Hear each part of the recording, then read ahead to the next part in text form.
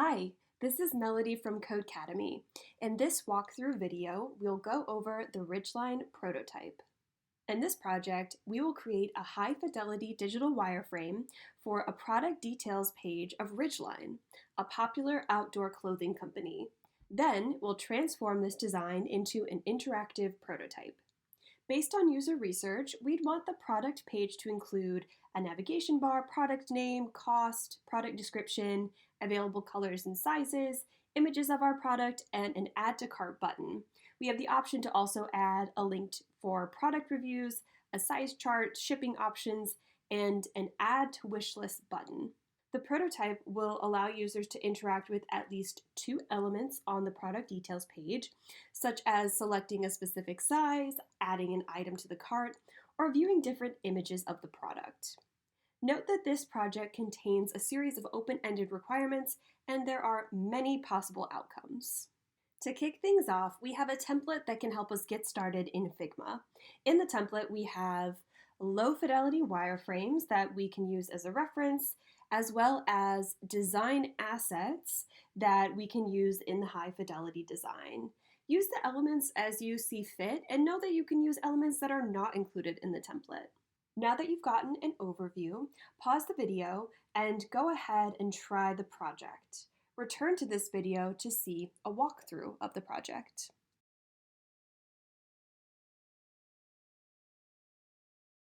Let's get started with setting up our design file. To begin, click on the template link to duplicate the template. This will make a copy of the Figma file, and we can design directly in this file. The template file already has a descriptive name, but because we'll build the project here, let's just rename it to Ridgeline Prototype so that we know it's more than just a template. Before we dive into designing, let's make sure we have some low-fidelity wireframes nearby. The template comes with sample low-fidelity wireframes we can use, but if you're using your own design, you can add that directly into the file.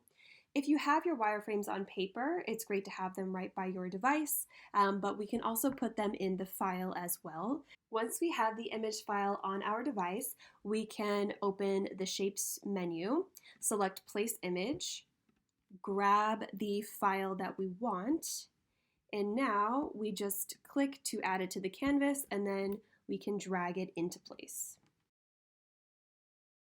So let's get our design started. We'll add a desktop-sized frame to the canvas. This is going to represent a web page. Hit F on the keyboard or grab the Frames tool from the toolbar, and this will open our menu of frame choices. Let's go into Desktop, and let's go with this first MacBook Pro frame size. Now we want to give our frame a descriptive name. Let's start with product details, and if we come up with a better name later on, we can always change this. Now we can add layers to our frame that represent all the elements of the product details page. Let's set up our canvas a little bit. So the wireframe that we'll reference in this video is actually this top one here. So let's just drag the frame so our reference and our frame are right next to each other. And we're going to start at the top with the navigation bar. So we can already see what we need to add: a logo, some text, links, a button, and an icon. We'll actually add one more thing to this nav bar, which is a line to separate it from the rest of the page. Let's get started with our navigation bar. So first we will start off with that line. So hit L on the keyboard or select the line tool. Hold Shift and draw out a line all the way across the frame. We'll move from left to right. So let's grab a logo. We have one in the design assets. So we can just select that. Let's right click, select copy, come back to our frame, select it, then right click again, select paste here. Then we can drag it into place. Now we're getting into our text layers. So grab that text tool. We have shop, contact, about, sign up. Now we don't need to be too precise with alignment, but we can start to drag them at least so they are pretty close. While we're zoomed in, let's grab the line tool one more time, hold shift, and we'll just draw out one more line under shop, and that's just indicating that the user is in the shop area of the website. Next, we have a button to design, so let's grab the rectangle or hit R on the keyboard. We'll probably update the size later, so just guess for now, and then we'll add a text layer to say log in, drag that a bit into place, and then our last piece here is the icon, so we can get that from our design assets as well. So we'll select it, right click, select copy, and then come back over to our frame, make sure that we've selected our frame, and then paste here, and then we can just drag that into place. The last step we want to do is just hop over to the layers panel to make sure the layers all have descriptive names. The design assets that we grabbed from the template, like the logo and the icon, those have already been given names. So let's zoom in on some of the things that we haven't named yet.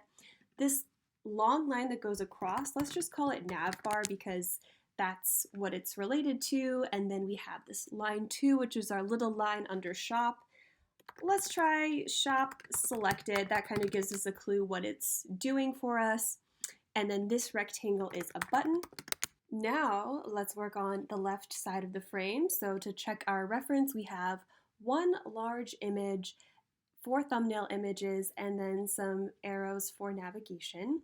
So let's look at our design assets and take what we need. So let's start by just selecting the photo. This is our large photo. We'll right click and select copy, come back to our frame, select it, and hit paste, and let's kind of drag it up here just a bit. We want to leave room for those thumbnails. Let's actually start with the arrow icon. So hold shift and select both at the same time so we can be a bit efficient. Hit copy on that menu, come back to our frame, right click and paste. And what we can do is just drag these so that they align with the edge of this large photo. We can see those guidelines popping up for us. And now let's go in for our thumbnails. So again, let's select and hold shift so we can get them all at once. Copy, back into our frame and paste. So let's just drag them out and we can try to be putting them in the same line. We have our guides popping up, which makes that pretty easy to do. So let's just double check our layers panel. Since everything we got was from the design assets, we have specific names. One thing just to point out though is that we have images that show the same image. We have this large image and then the thumbnail, and a way to differentiate them is to simply add something like large and small so that it's easy to see what's what.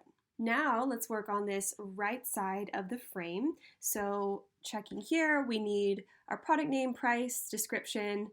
So we'll start with those things, and we actually have some in our design assets. So do it using the same trick, select and hold shift so we can get multiple layers at once, copy, and get back into our frame and paste.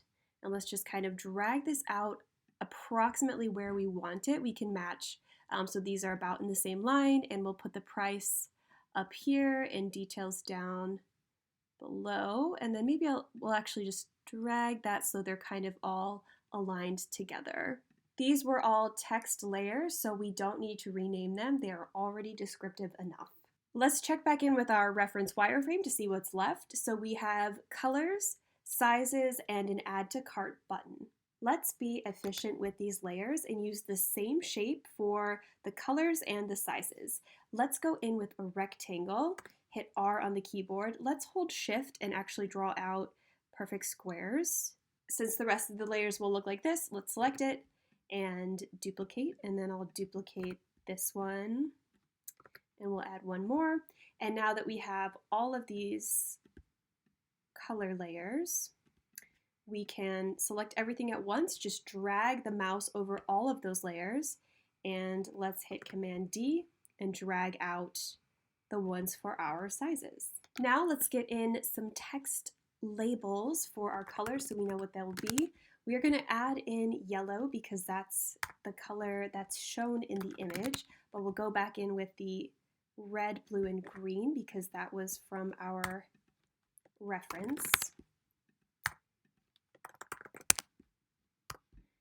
And again, not precise, but enough so we know where they're meant to be. And let's add our text layers to the sizes as well.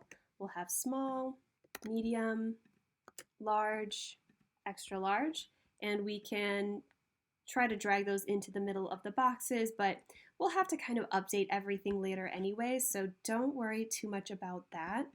And now we have our button to make. So let's grab the rectangle and drag out a nice long rectangle. Let's make it actually super wide so it definitely stands out on the page. And we will add our add to bag text on that. And we went with the bag icon, so that's why this says add to bag instead of add to cart. Okay, so these sizes and button, those are a bit close together. Let's select all of these layers at once by just dragging the mouse over everything and then dragging it up so this button has a bit more space to breathe. So our last step is to check out that layers panel and make sure that everything has a descriptive name. So as we select on the layers panel, we see that it's selected on the canvas and we can just name in correlation to either the size or the color. So that's what we're doing here, just checking to see what we're on and then renaming that layer. So going for the color or the size depending on which rectangle we have selected. In our XL. Great, okay, so we can see all of these text layers already specific. Great, all we have to do, let's create this button. As we work on increasing design fidelity, it can be helpful to have references for similar high fidelity designs. So as we check out these product details pages examples, we can get inspiration for all sorts of things. We can get inspiration for the spacing between elements.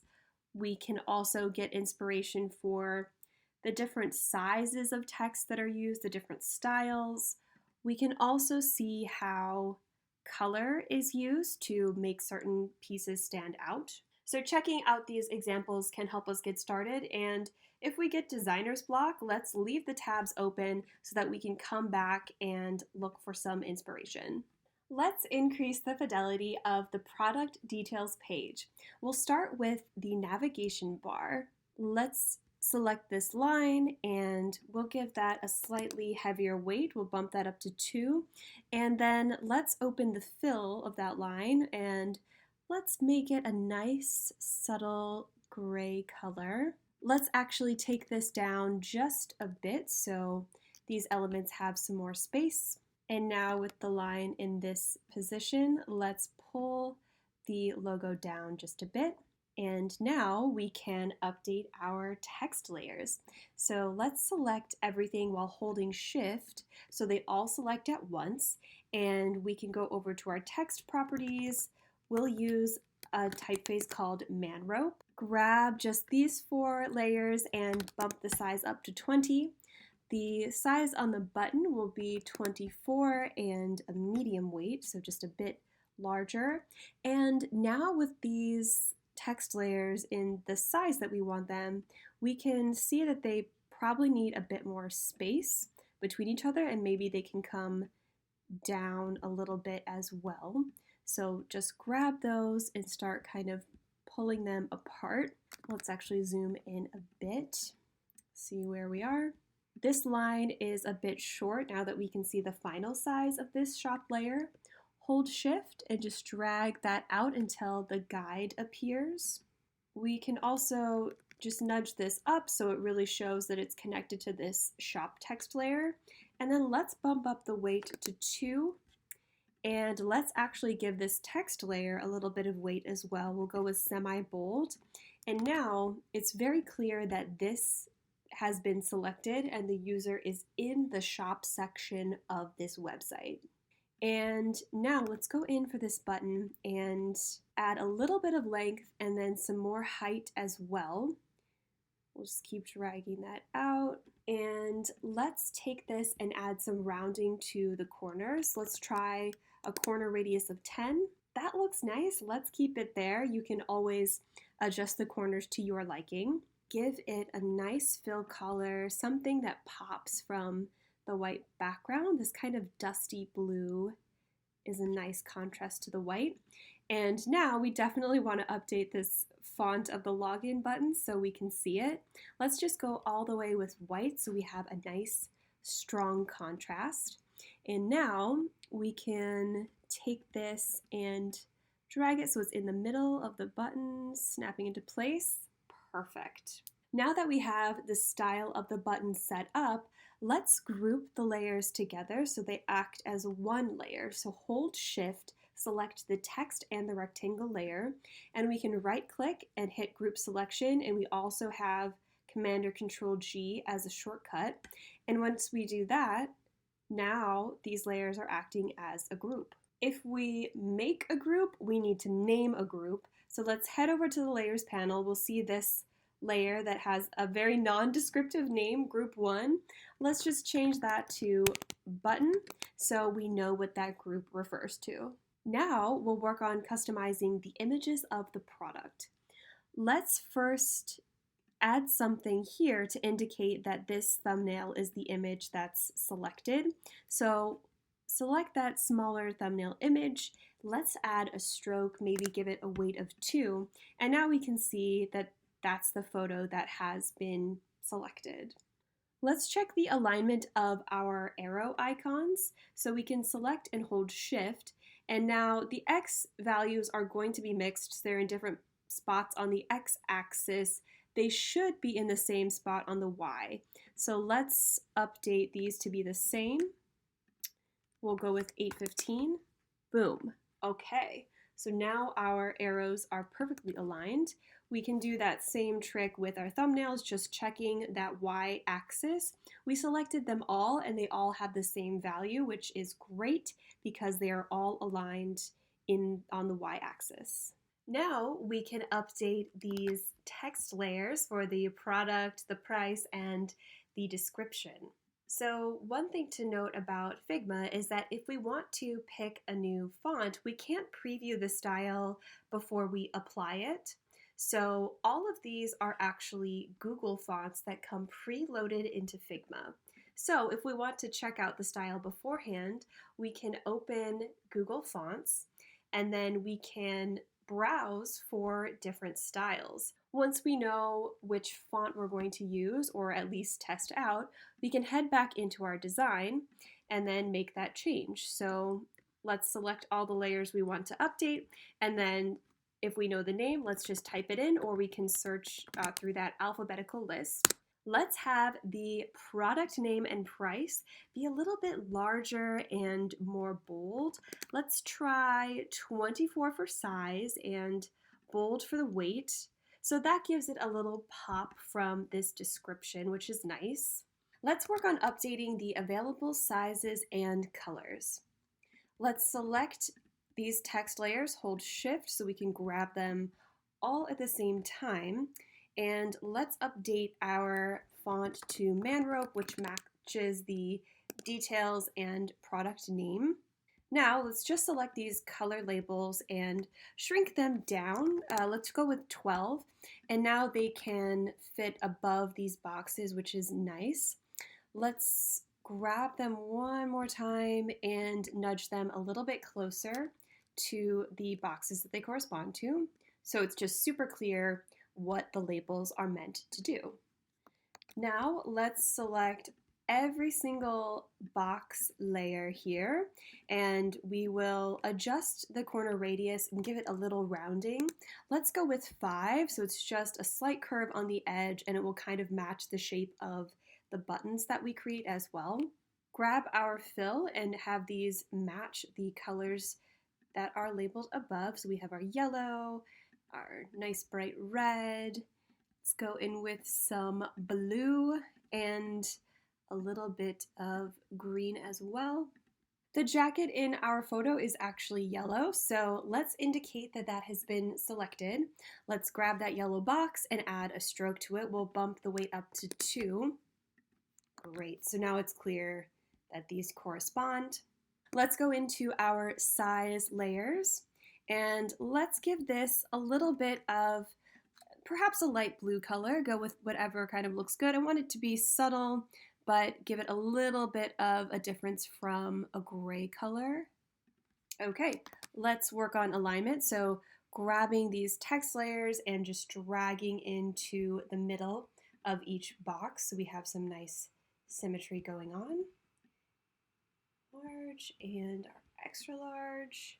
We're ready to update our button, and we'll use the same style as the login button. So let's use the same 10 as a corner radius, and we'll grab the same color. We can either go in with the eyedropper and hover, but that deep blue color is also in our document colors. And let's adjust the text layer to match. So this is going to be man rope, and then we had a medium weight and a size of 24. And let's go ahead and make this white, which is in our document colors as well.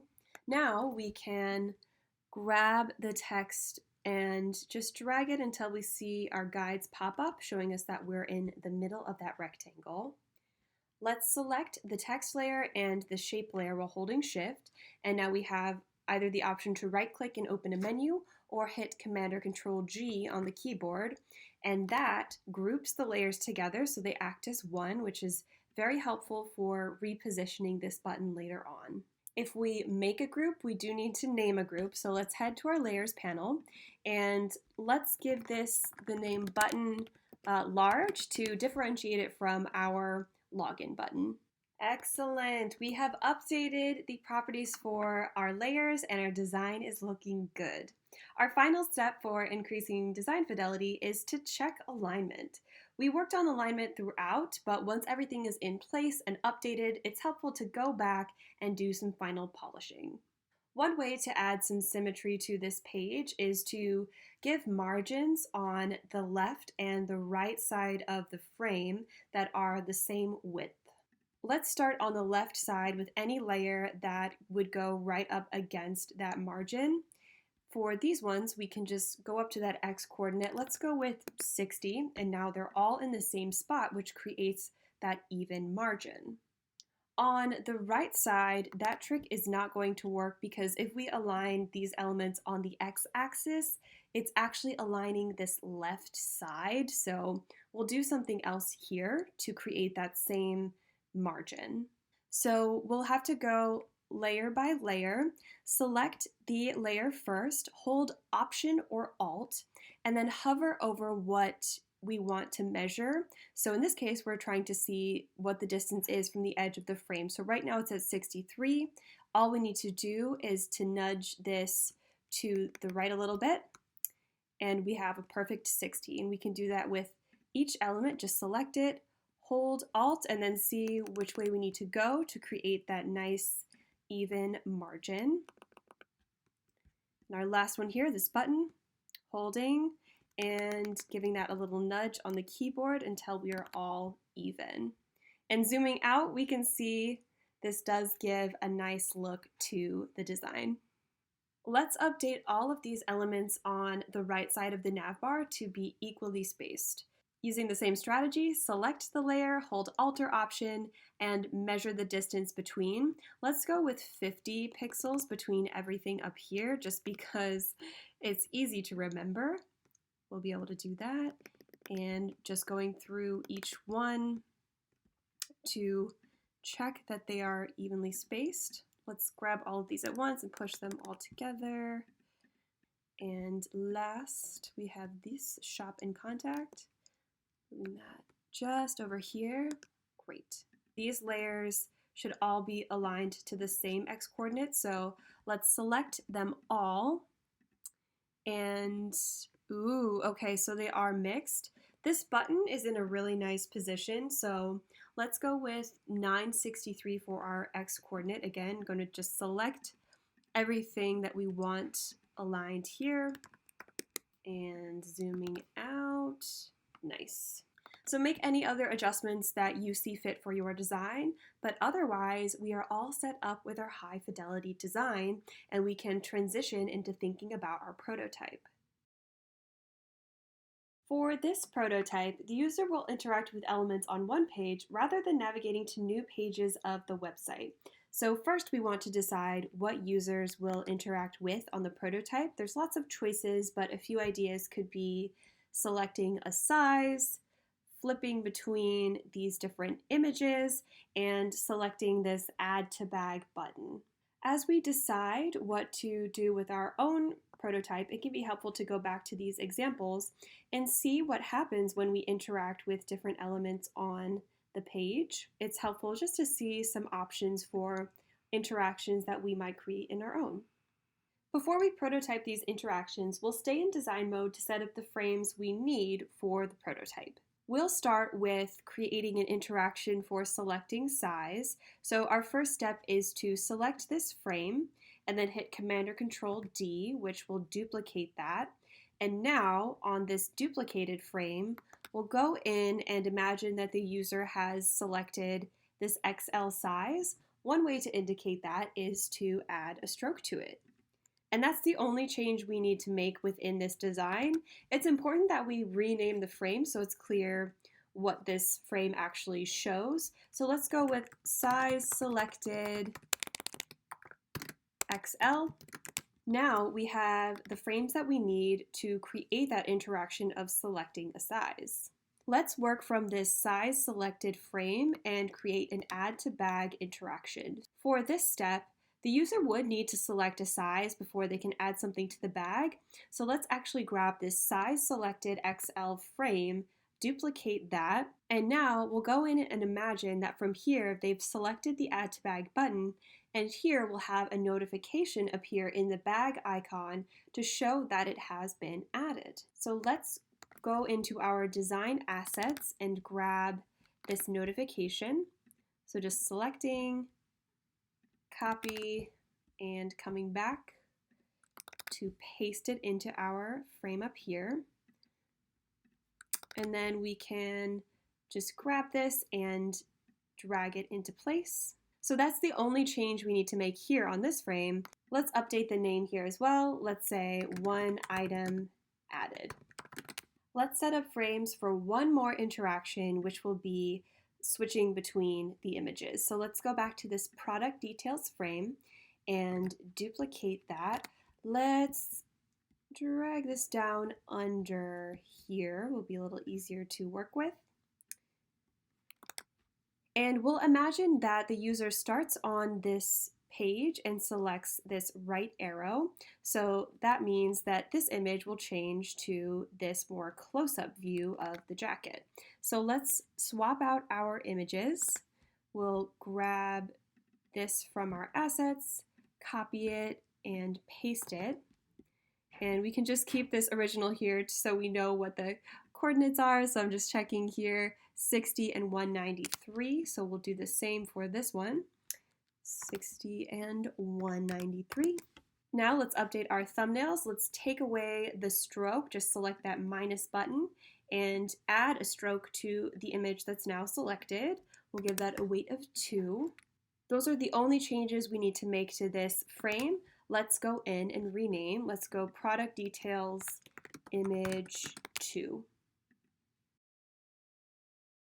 Let's switch into prototype mode and transform our design into an interactive prototype. First, we'll set up our select a size interaction. So let's start on this product details frame and let's select this XL layer, which is going to become our hotspot or starting point. And once we have this selected, we can simply draw out the arrow to the next frame, which is our size selected XL frame. Now let's imagine that the user has selected the size, but they want to deselect. So from this size selected frame, we'll grab the XL box, and then we'll drag a connection back to the initial product details page so that they have unselected the size. Now let's prototype our add to bag interaction. So we'll actually start from this size selected XL frame because the user will need to have the size selected before they can add to the bag. So from this frame, our add to bag button will become our hotspot. We can draw out a connection arrow to our next frame, which is our one item added frame. Now let's prototype the interaction for switching between images of our product. So we'll go back to this product details frame and we'll have this right arrow be our hotspot. So let's select that and then drag out a connection to this product details image 2 frame. And then from this frame, let's have this left arrow become a hotspot so that the user can go back to that initial image. Now that we have our frames linked up, let's look at a preview of the prototype to see if it's working as intended. Okay, let's add a device on this. So we had a MacBook Pro 14-inch frame. Let's add that and then hit that present button. Now we can test out our interactions. So let's try moving between photos. So just selecting the arrow, and that works really nicely. And let's select a size. We can see that has been selected. And finally, let's add this to our bag. And we've got a notification, which is very helpful because it confirms that we did indeed add this item to the bag. We can stop here and leave the interactions as is. They work well and they're very subtle, which is an advantage for this design. But let's hop back into the Figma editor and take a look at one way we could update these interactions.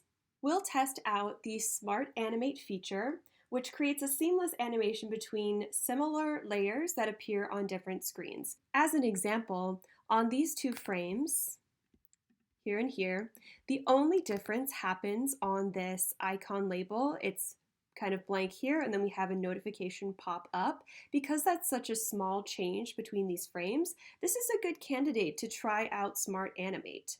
Let's open this connection, just select the arrow, and then our interaction details menu pops up. And to get Smart Animate, all we need to do is open this drop-down menu, select Smart Animate, and then we have lots of options for easing and timing. Slowing down can add a little bit more emphasis, which is something to test out, so let's do that. Let's link up Smart Animate for the image transition as well. So we'll start with this connection, simply opening, going into Smart Animate, just trying slowing it down. That's not necessary, but it's just something to experiment with. And then we'll do the same for this interaction that comes back, open that menu, grab Smart Animate, and we'll use that same 400 milliseconds. So we just want to test out the ones that we changed. So let's grab that XL size, add it to bag. So it's a very subtle difference, but you can see it kind of fades in a little bit more slowly, which could catch the user's eye. And now let's see what happens with our images. So selecting that arrow. Ooh, okay, so it's again that kind of like dissolve effect. It's pretty subtle, it's not super distracting, and it works nicely for this design. And that's it. Our project is complete. We have an interactive prototype for a product details page for Ridgeline. You can continue polishing the design or experimenting with the interaction details for your prototype. You could even share your project to the Codecademy community forum, which is a great way to get feedback, discuss your design decisions, and get inspiration for other examples of this project. As a summary, in this project, we practice creating digital wireframes in Figma and use the Properties panel to increase the fidelity of our design. Additionally, we transform this design into an interactive prototype.